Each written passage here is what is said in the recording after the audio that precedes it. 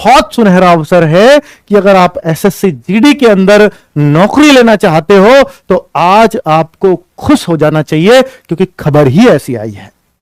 और अगर बच्चा ये मौका चूका तो बहुत बहुत फिर खराब वाली बात हो जाएगी, क्योंकि 2024 की भर्ती तो हमें पता है कि 2024 की भर्ती 2023 में आ रही है। 24 नवंबर 2023 को 28 दिसंबर फॉर्म की लास्ट डेट है और फरवरी मार्च में एग्जाम होगा। सब कुछ फिक्स है शेड्यूल।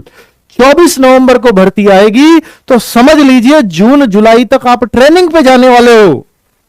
इसका कारण बता देता हूं कि जून जुलाई पर तक आपकी ट्रेनिंग भी मतलब पक्का भेज दिए जाओगे।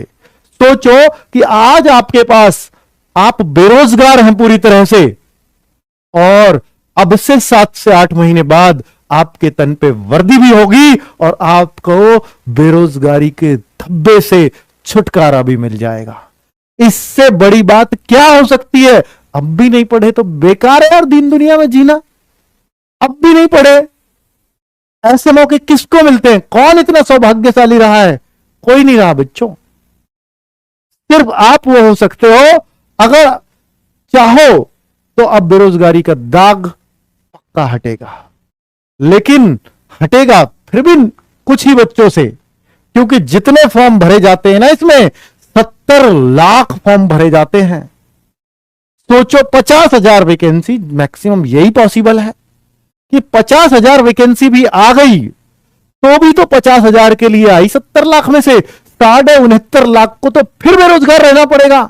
लेकिन 50,000 में आप ही हो, उसके लिए जो गाइडेंस हम आपको दे रहे हैं वो आपको अपनानी ही होंगी, क्योंकि 2025 का आज एसएससी की साइट पे कैलेंडर अपडेट हुआ है 7 नवंबर को, और अनाउंस हो गई है नई भर्ती कि एसएससी जीडी 2025 आ गई भाई। और 2024 में, मिड 2024 में इसका नोटिफिकेशन आ जाएगा। अर्थात कि देखिए वो भर्ती, चूंकि 27 अगस्त को इसका नोटिफिकेशन आ रहा है तो इससे पहले पहले उसको कंप्लीट कराना ही कराना है। तो इट मींस वो आप 27 अगस्त से पहले, जो 24 नवंबर को भर्ती आ रही है उससे पहले आप ट्रेनिंग पे चले जाओ, ये पूरे चांस हैं।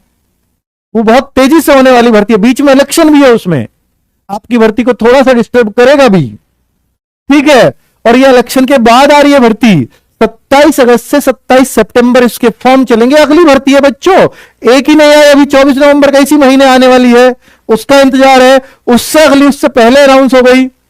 अब कुछ जो बच्चे कम मेहनती है वो क्या सोचते हैं? वो सोचेंगे यार इसमें रह भी गए ना तो इसमें आ जाएगा। भाई रहने की सोचते क्यों हो? तभी तो रहते हो। रहोगे क्यों? जो भर्ती का जिसका फॉर्म नहीं भरा उसमें आपने रहने तक सोच रहे हो तो आप लग कैसे जाओगे? यूं तो बता दो। अगर आपको वास्तव में ही लगना है तो रहने वाली बात दिमाग में ही नहीं आनी चाहिए।